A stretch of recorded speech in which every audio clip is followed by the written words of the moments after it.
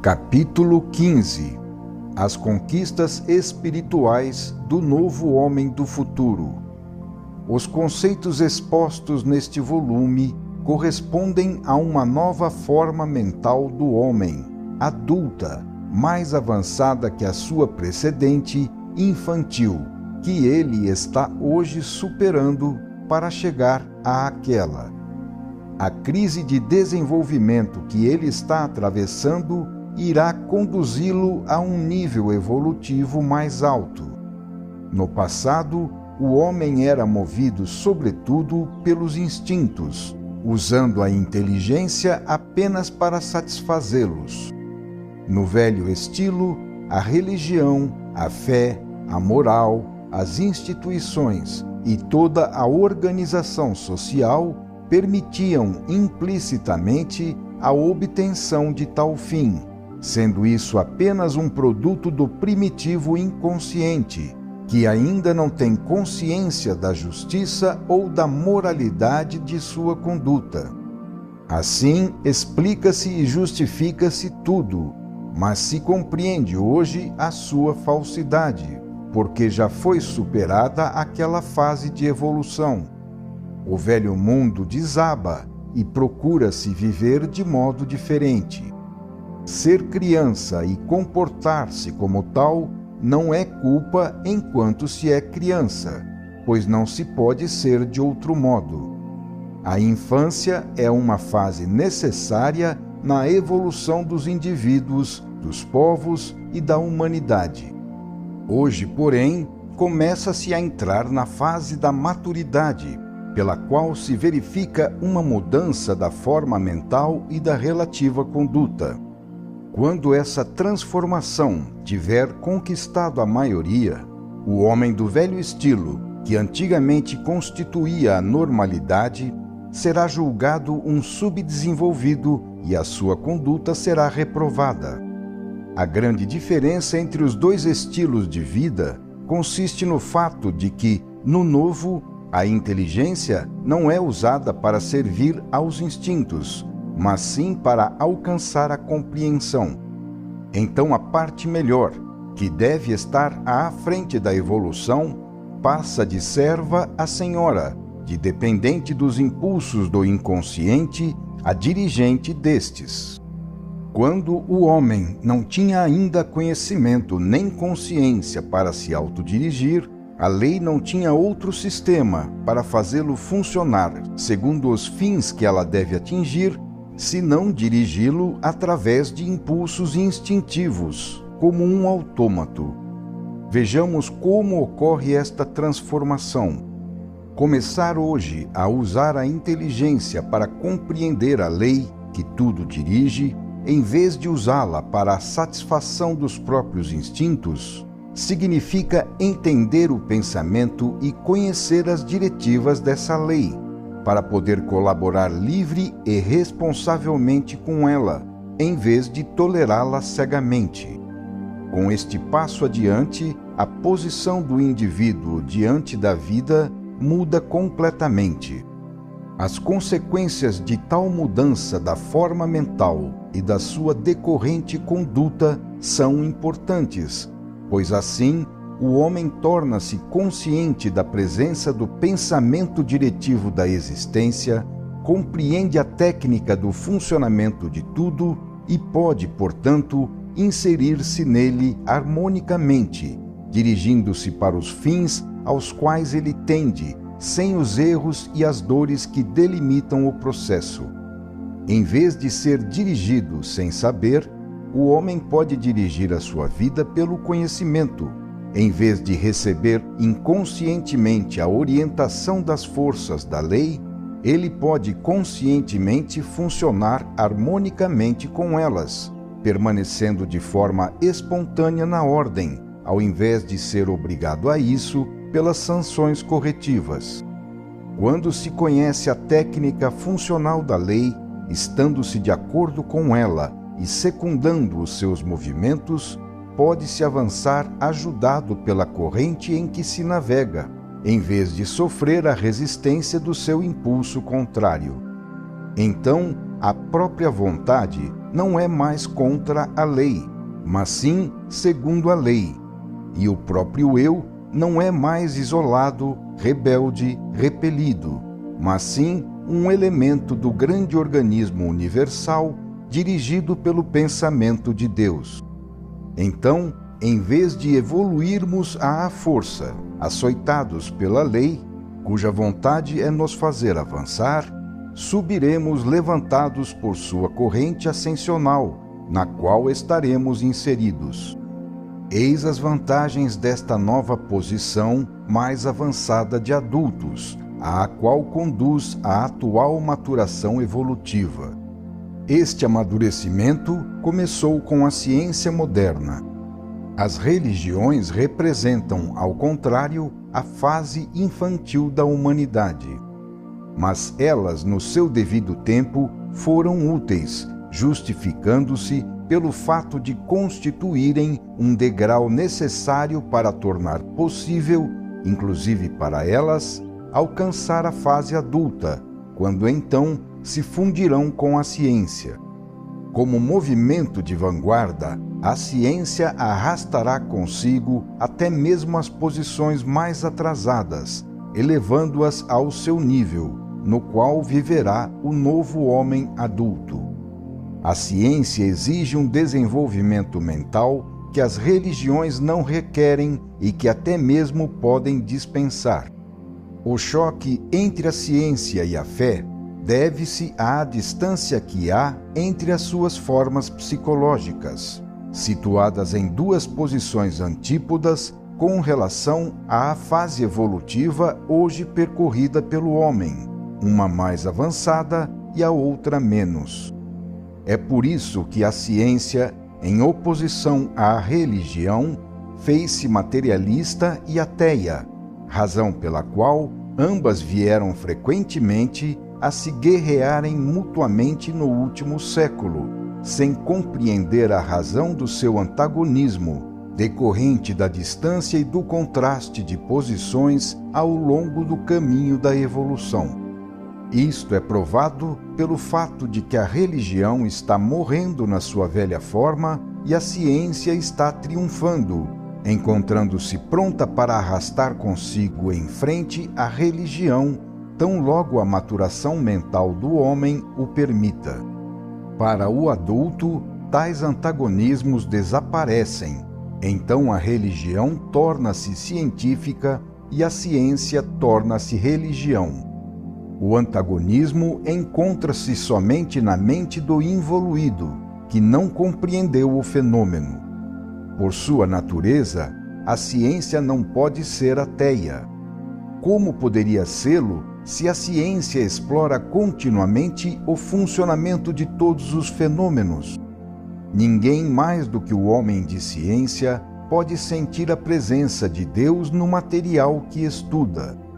O ateísmo da ciência, hoje muito diferente, não é uma negação de Deus, mas apenas uma negação do Deus de tipo antropomórfico, construído pelas religiões para uso das massas atrasadas, que exigiam semelhante imagem porque dela necessitavam para seu próprio uso e consumo. É natural que a forma mental da ciência, racional e positiva, repelisse tal imagem. Por isso, quem não a aceitou foi declarado ateu, já que essa imagem representava o próprio Deus. A ciência não é contra o espírito nem contra Deus. Ela só não pode aceitar os produtos de uma forma mental de sonho, nem as relativas e instintivas construções fideísticas não fundadas na realidade. Basta que se dê tempo à evolução a fim de que as massas atinjam um nível mais alto e o antagonismo entre a ciência e a fé desapareça. A ciência não é contra a religião, mas somente contra a forma mental infantil que ela usava nas suas concepções. Explica-se assim a atual crise religiosa, que é, na verdade, um problema de forma mental e não de religião. Não se aceitam mais os produtos das formas mentais do passado, entre os quais está a religião, que está se transformando, morrendo na sua forma antiga, para assumir outra nova, mais próxima da ciência. De fato, tão logo aparece a cultura, desaparecem o fanatismo e a superstição. Não se trata de uma religião ou de outra, mas sim da velha forma mental que desaparece em todas as religiões. A atual crise das religiões nada mais é senão um caso particular de uma crise universal de valores. Agora é inútil agarrar-se ao velho. O homem começa a raciocinar de modo diferente em todos os campos, inclusive no religioso. Do mesmo modo que com a chegada dos novos tempos não teremos o fim do mundo, mas sim o fim do velho mundo para o nascimento de um novo, também o fim do velho modo de conceber a religião fará nascer a sua nova concepção. Este fenômeno, que hoje é natural, pois vivemos atualmente numa fase ativa de transformismo, era inconcebível antes, quando se vivia em uma posição estática. Foi assim que se acreditou que a verdade fosse imutável e eterna. Mas depois viu-se que, não obstante tais afirmações, ela mudava. Porém, até que isso ocorresse, não era possível compreender que a verdade é relativa e está em evolução, entendimento já alcançado hoje, porque a vida nos mostrou esta posição diferente. Assim, é explicável a surpresa de quem agora ainda pensa com a velha forma mental. Não se trata da clássica luta entre religiões ou contra uma heresia, onde se permanece no mesmo nível mental, mas sim de uma passagem para outro nível, razão pela qual o velho cai por si mesmo, sem ataques destrutivos, abandonado pela vida às margens do caminho da evolução.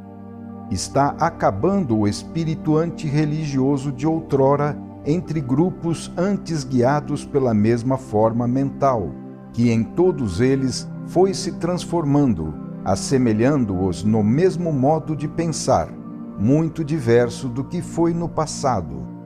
Hoje, as diferenças e antagonismos percebidos não acontecem entre os diversos métodos e verdades, mas sim entre planos e períodos diversos, entre aqueles que opunham ciência e religião e aqueles para os quais a religião torna-se ciência e a ciência religião. Somente hoje compreende-se que o velho estilo de vida estava errado. Mas para chegar a isso, era preciso tornar-se adulto. Não se pode compreender os erros das crianças senão quando nos tornamos diferentes delas, apartando-nos da velha forma mental para adquirir outra. Enquanto o homem permanecer criança, ele achará justa a sua conduta infantil. Para se dar conta de um erro, é preciso experimentar suas consequências. Enquanto isso não ocorre, tudo vai bem, porque os resultados são favoráveis e não perturbam. Antigamente, bastava que se tivesse uma boa fachada, não importando o que estava atrás. E por muito tempo, esse sistema andou bem, sem que ninguém o acusasse de hipocrisia. Se hoje não se houvesse compreendido os danosos efeitos daquele sistema, ninguém pensaria em corrigi-lo e estaríamos ainda satisfeitos com as velhas posições. Isso não quer dizer que a fé, sustentáculo da religião, deva acabar.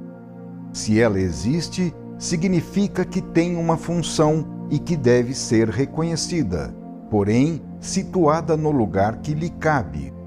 A ciência, com a mente racional e objetiva, desempenha a função de indagar para compreender e depois aplicar com a técnica as suas descobertas. utilizando-as para a vida.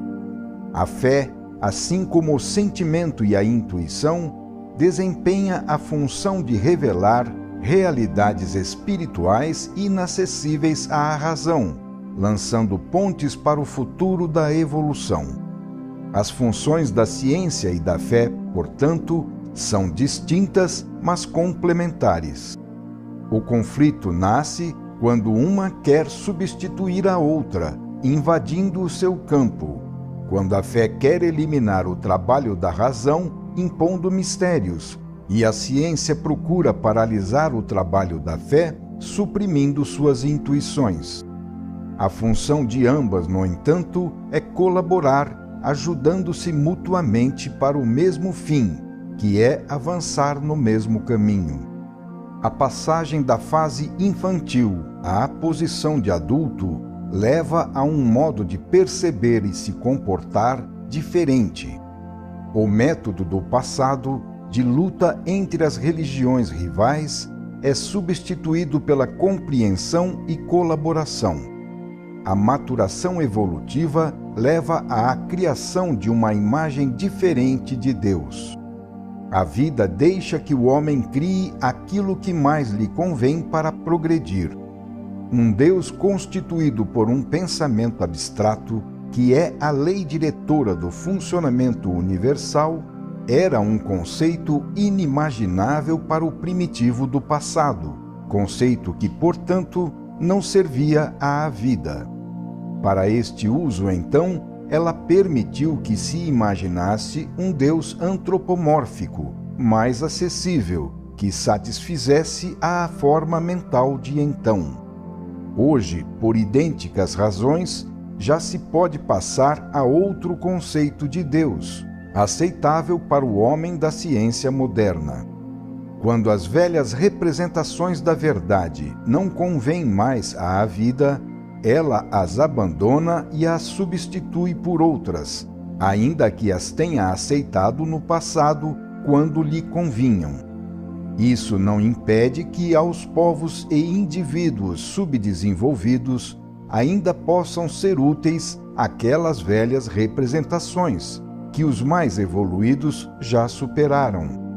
Tudo, portanto, está certo, porque cumpre a sua função a seu tempo e em seu lugar. Essa progressão de sucessivas representações permitiu que se pudesse obter uma sempre mais verdadeira concepção da divindade. É preciso, no entanto, reconhecer que a presença de uma fase inferior precedente é necessária para que se possa superá-la. É o que ocorre hoje. Encontramo-nos, de fato, num período de passagem do velho ao novo. O primeiro é feito de fé e sonho, característica da fase mitológica infantil. O segundo é feito de razão e realização, característica da fase científica adulta.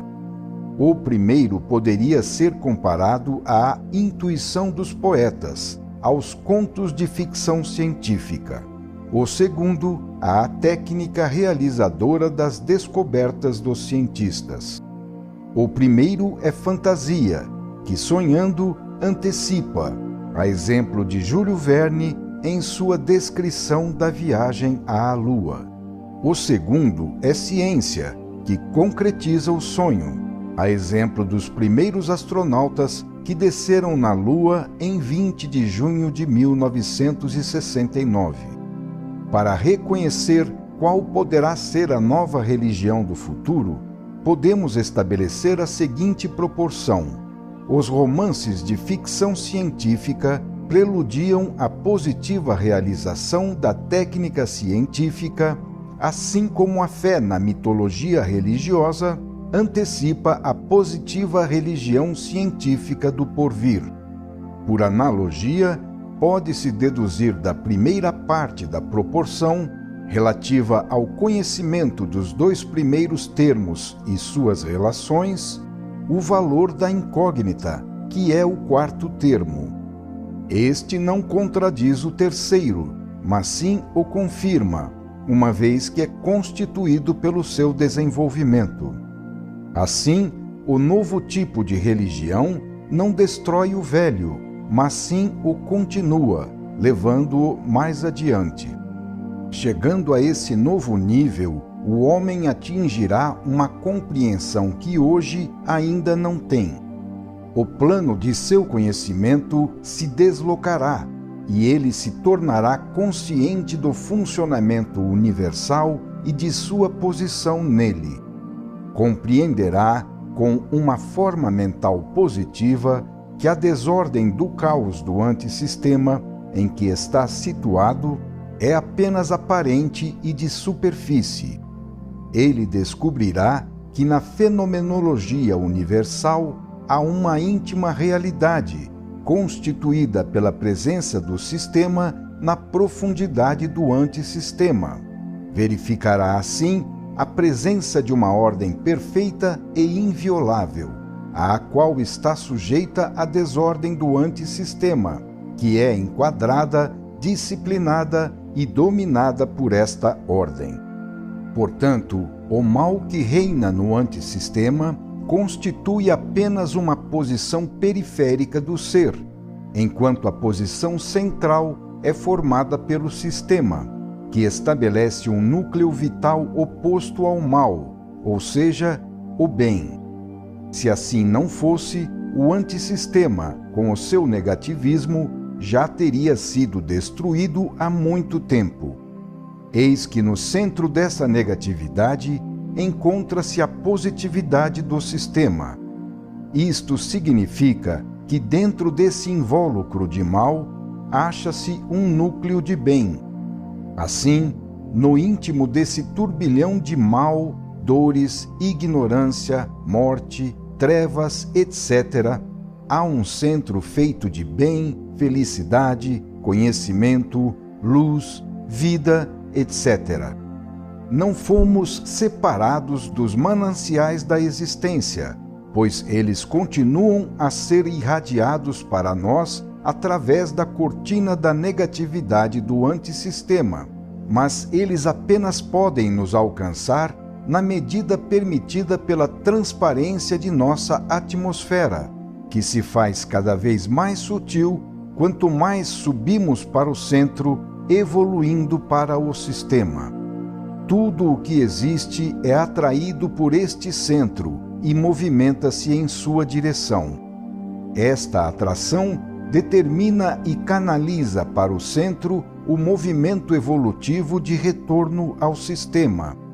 Em outras palavras, a grande esperança é esta via de salvação dada pela presença imanente de Deus, que realiza esse prodígio do fenômeno da evolução, com a função universal de curar todo o mal e negatividade que existe no antissistema. Eis que mesmo nas profundezas do antissistema subsiste a presença de um fundamental impulso sadio que irradia vida e saúde no organismo enfermo para curá-lo.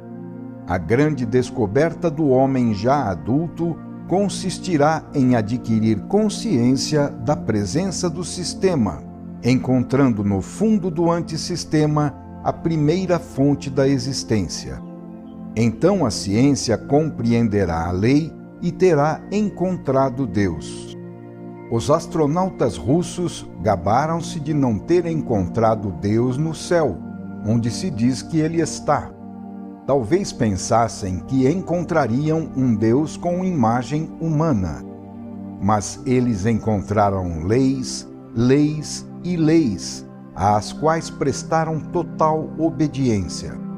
Estas leis revelam a presença de um pensamento sábio e expressam uma vontade de ferro, e isto é Deus. Eles o tocaram e não o viram.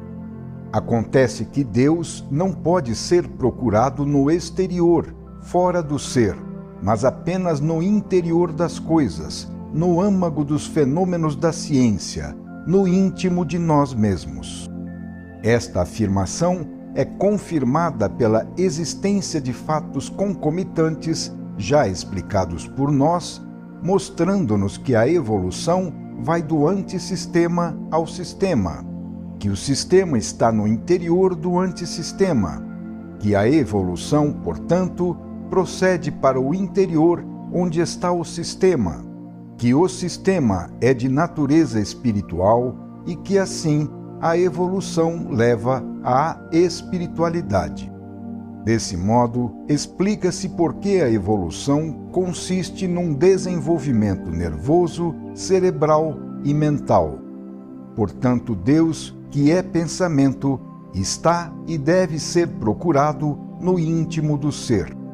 Assim, a evolução é um despertar de qualidades espirituais, é uma reconstrução da parte interior do ser, decaída, mas pertencente ao sistema.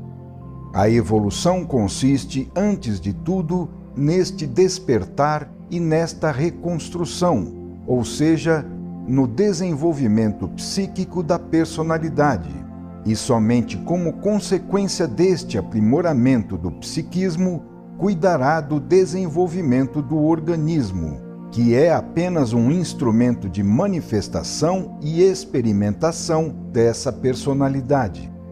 Assim, em substância, a evolução consiste numa espiritualização do ser, entendida como desenvolvimento psíquico. Conceituamos aqui a espiritualidade em lato sensu, como faculdade de pensar e compreender pela aquisição de conhecimento, e é neste sentido que a ciência conquista seu espaço.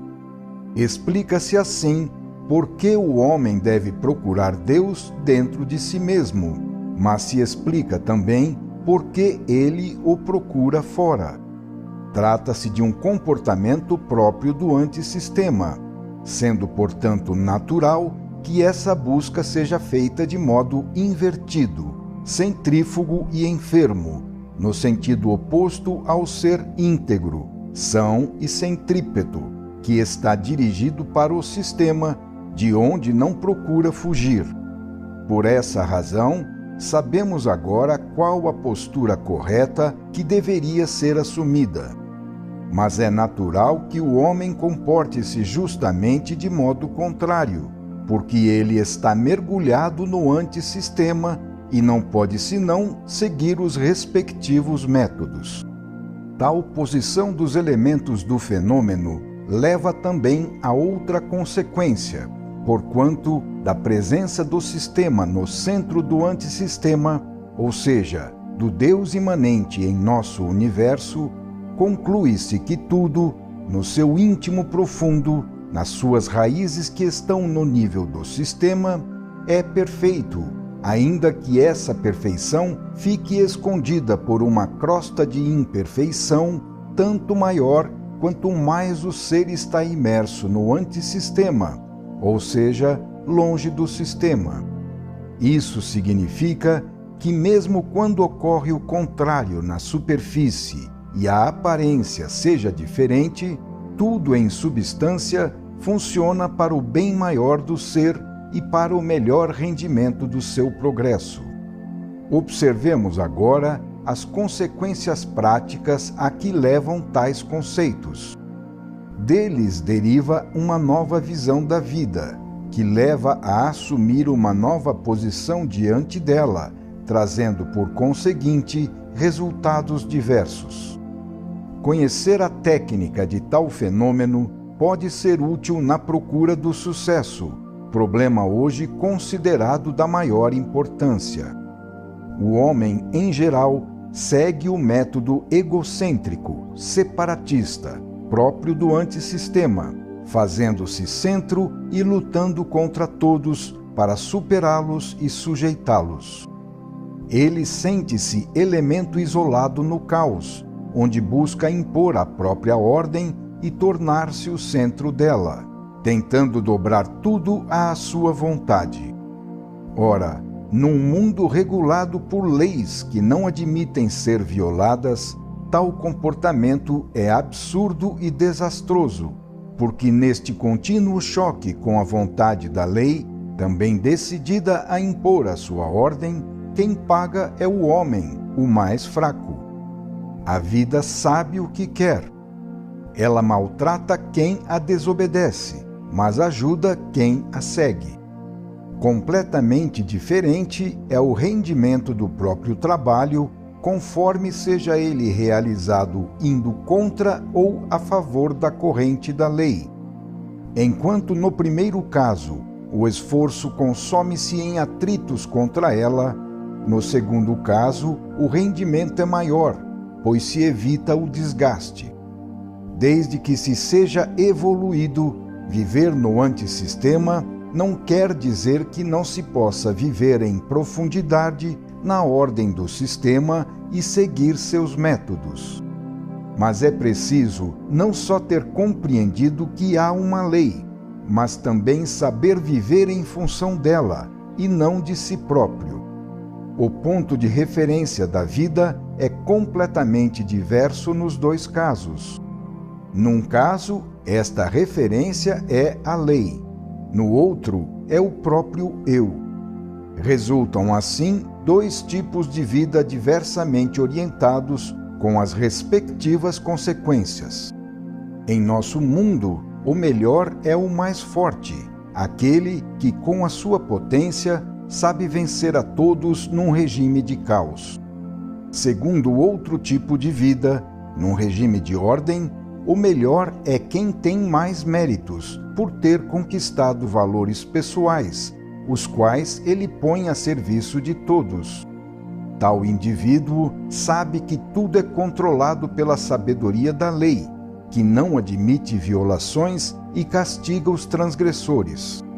Muitas vezes o homem, acreditando que vence por ser inteligente e forte, não se dá conta que, na verdade, é a vida que, identificando nele certas qualidades, o lança para o alto, utilizando-o como instrumento para fazer um trabalho útil, ao qual ele é adequado. O problema, então, não é mais saber como vencer sozinho, mas sim conhecer a lei, a sua vontade, a própria posição em relação à realização de seus fins e as razões pelas quais se cumprem tais lances, identificando o impulso e a estrutura da onda pela qual se deve ou não ser levado ao alto, como e por quê. Então, o sucesso na vida e em todo o campo depende de um cálculo mais complexo, que leva em conta não somente as próprias forças e as resistências do ambiente contra o qual se deve lutar, mas calcula também a estrutura, direção e o impulso propulsivo das correntes da vida, às quais se deve aderir para subir. No futuro, diante de um empreendimento de qualquer gênero, bélico, comercial, político, religioso, etc., serão levados em conta, com uma exata técnica de previsões, também estes fatores, hoje confusamente relegados ao imponderável. Se Napoleão e Hitler tivessem feito este cálculo, não teriam falido, porque a vida não os teria abandonado, como quando tentaram impor o próprio egocentrismo para seguir seus fins egoísticos, sobrepondo-os à finalidade da vida. Eles caíram porque não sustentavam mais a causa do impulso que os tinha lançado para o alto.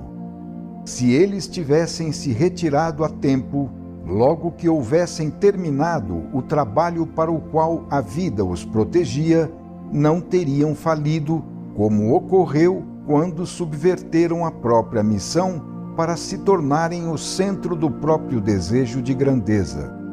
Entretanto, alguns indivíduos, mesmo sendo considerados na história personalidades de pouco valor, fizeram sucesso devido ao fato de terem sido elevados pela onda da vida, porque serviam à sua finalidade. Assim, explica-se também como homens de grande valor não tenham sido reconhecidos, pois vivendo fora do tempo, encontravam-se na descida da onda. Há outra diferença entre os dois métodos. A ação do mundo, sendo de tipo antissistema, produz resultados transitórios, tanto mais instáveis quanto mais baixo o nível biológico em que se opera, onde, pelo menos aparentemente, é mais forte o estado de caos e de luta no transformismo do antissistema.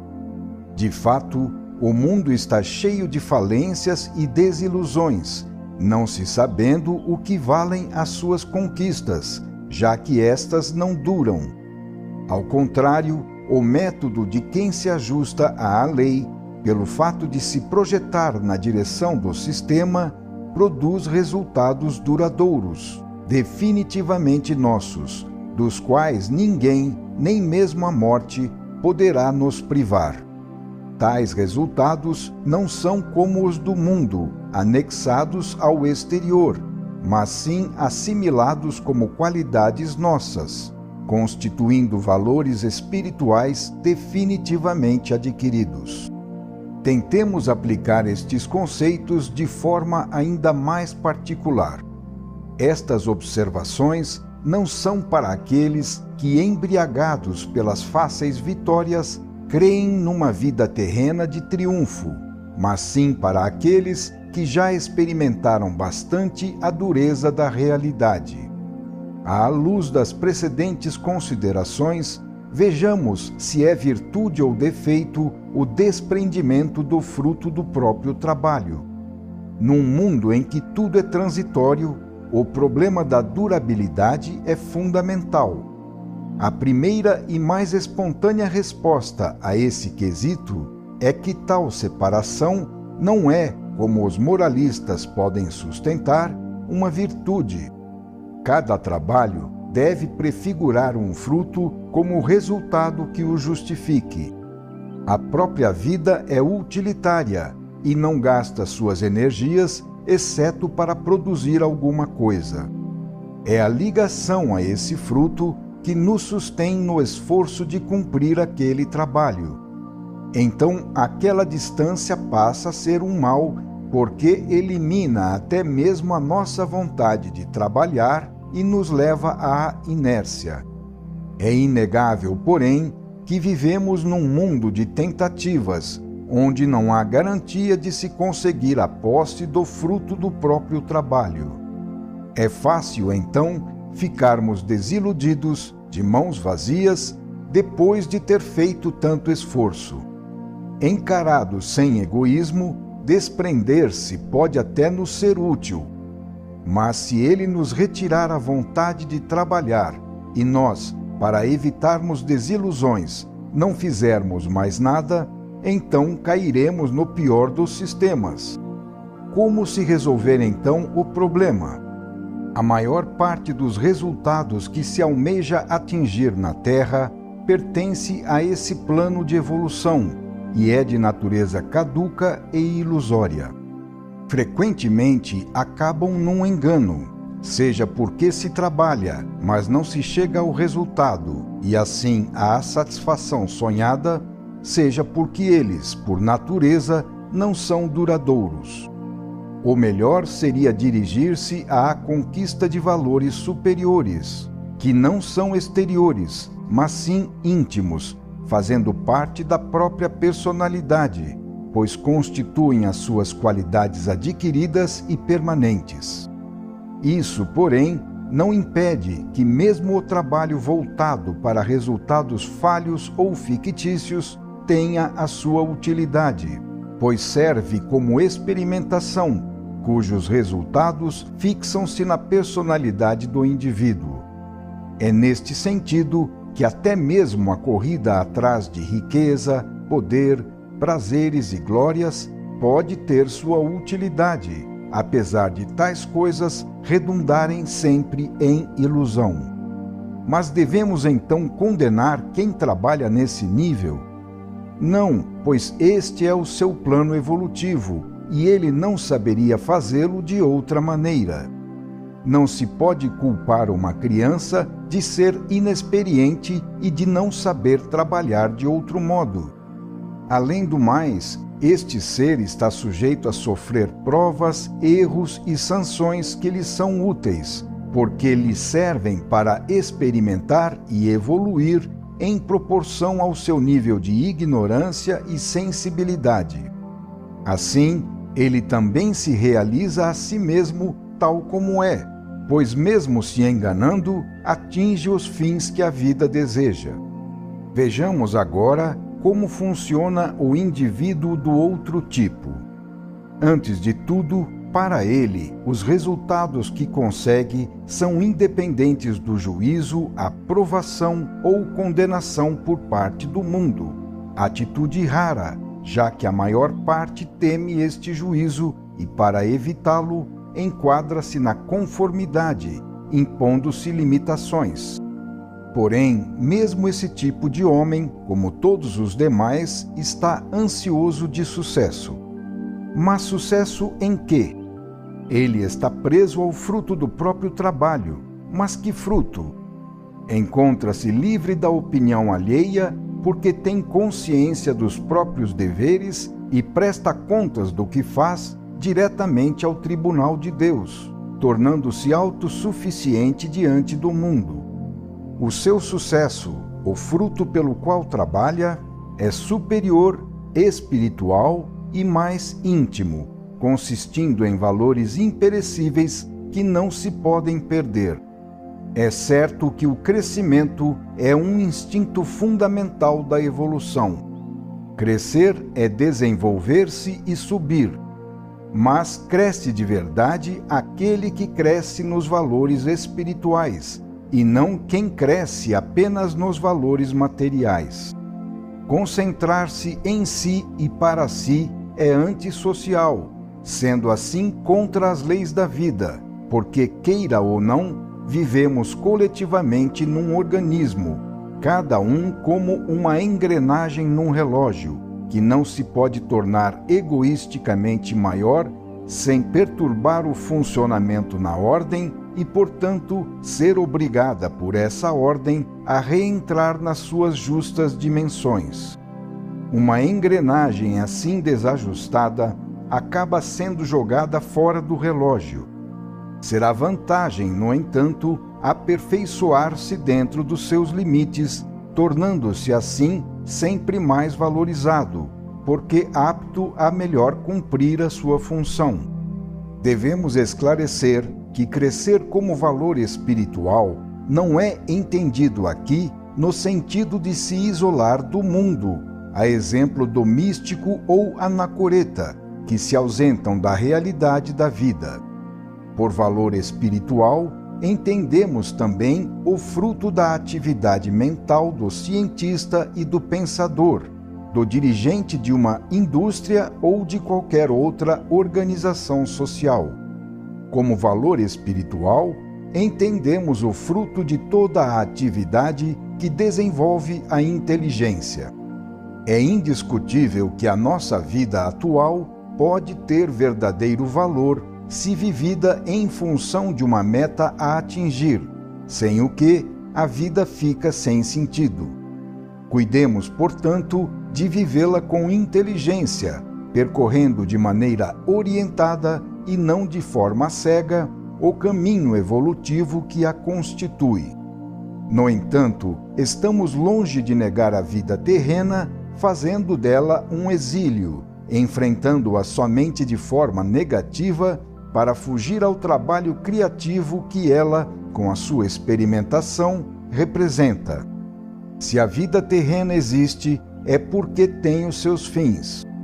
É preciso evitar o excesso de quem a apresenta como um fim em si mesma, usufruindo dela todo o prazer, com o argumento de que tudo acaba com a morte. Mas é preciso também não cair no excesso oposto, que apresenta a vida como uma pena para suportar um mal que é necessário sofrer a fim de subir aos céus. Na Idade Média, pecou-se no segundo sentido. Hoje, peca-se pelo oposto. A lei, no entanto, engloba tudo e funciona assim na terra como no céu.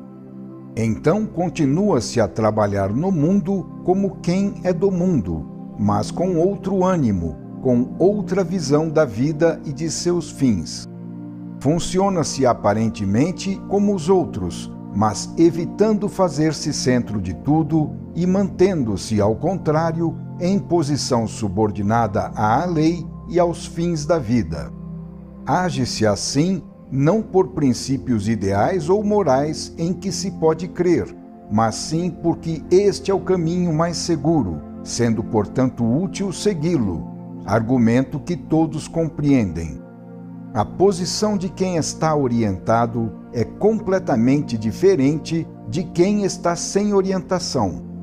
Sucede, então, que se o indivíduo chega a se defrontar com o insucesso no plano material, ele não se sente atingido por isso, pois o que perde, então, não é o fruto que queria conseguir. Tendo em mira outra realização, em outro plano, ele atinge o seu fim, mesmo que no mundo tenha falido. Isto lhe confere uma força e uma superioridade que o outro tipo não possui. Quando cumprimos fielmente nosso próprio dever diante de Deus e sentimos no fundo de nossa consciência que Ele o aprova, a finalidade maior já foi alcançada e o fruto melhor fica conosco. O que ficou perdido é o resultado exterior, transitório, que se destina a passar e que fatalmente, mais cedo ou mais tarde, passará. A perda, portanto, é leve e fácil de ser consolada, porque o ganho maior fica conosco, intacto e definitivo. Os frutos espirituais obtidos com o trabalho realizado consistem em, primeiro, tê-lo feito honestamente e com convicção para um fim superior. Segundo, tê-lo realizado para o bem do próximo. Terceiro, havê-lo cumprido como dever, sem qualquer interesse ou recompensa material. Quarto, tê-lo feito bem e com zelo. Quinto, ter aprendido novas atitudes, levando consigo o conhecimento adquirido.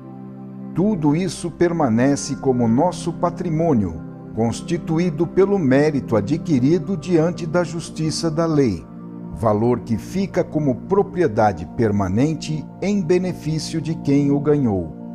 O fruto do trabalho consiste também nas boas qualidades assimiladas pela personalidade, que constituirão os futuros instrumentos da sua potência. É assim que se constrói o homem superior, dotado de inteligência, boa vontade, honestidade, espiritualidade, altruísmo, senso de dever, capacidade construtiva, etc. A aquisição de tais qualidades significa evoluir para um plano mais alto, em que a vida é menos dura. O homem torna-se mais livre, autônomo, senhor do seu destino, consciente dos seus movimentos, que são dirigidos para o bem. Desse modo, alcança-se o maior resultado possível em uma vida, subir um degrau na escada da evolução. Trata-se indiscutivelmente de grandes vantagens. Mas para poder usufruir disso, é preciso ter alcançado o grau de inteligência necessário para compreender a utilidade de adotar esta nova técnica de vida. Nem por isso os outros resultados terrenos perdem o valor, mas ficam subordinados àqueles outros, o que nos livra de toda a amargura e desilusão quando a sua caducidade se revela. Uma vez esclarecidos os equívocos, eles não são desprezados, negligenciados ou supervalorizados, mas simplesmente colocados no seu justo lugar, tendo sua função reconhecida e apreciada. Assim, cada tipo de atividade, em todos os níveis, é inserido na grande corrente de forças animadoras do organismo da vida, e, segundo sua natureza e qualidades, dá os seus frutos na mesma proporção.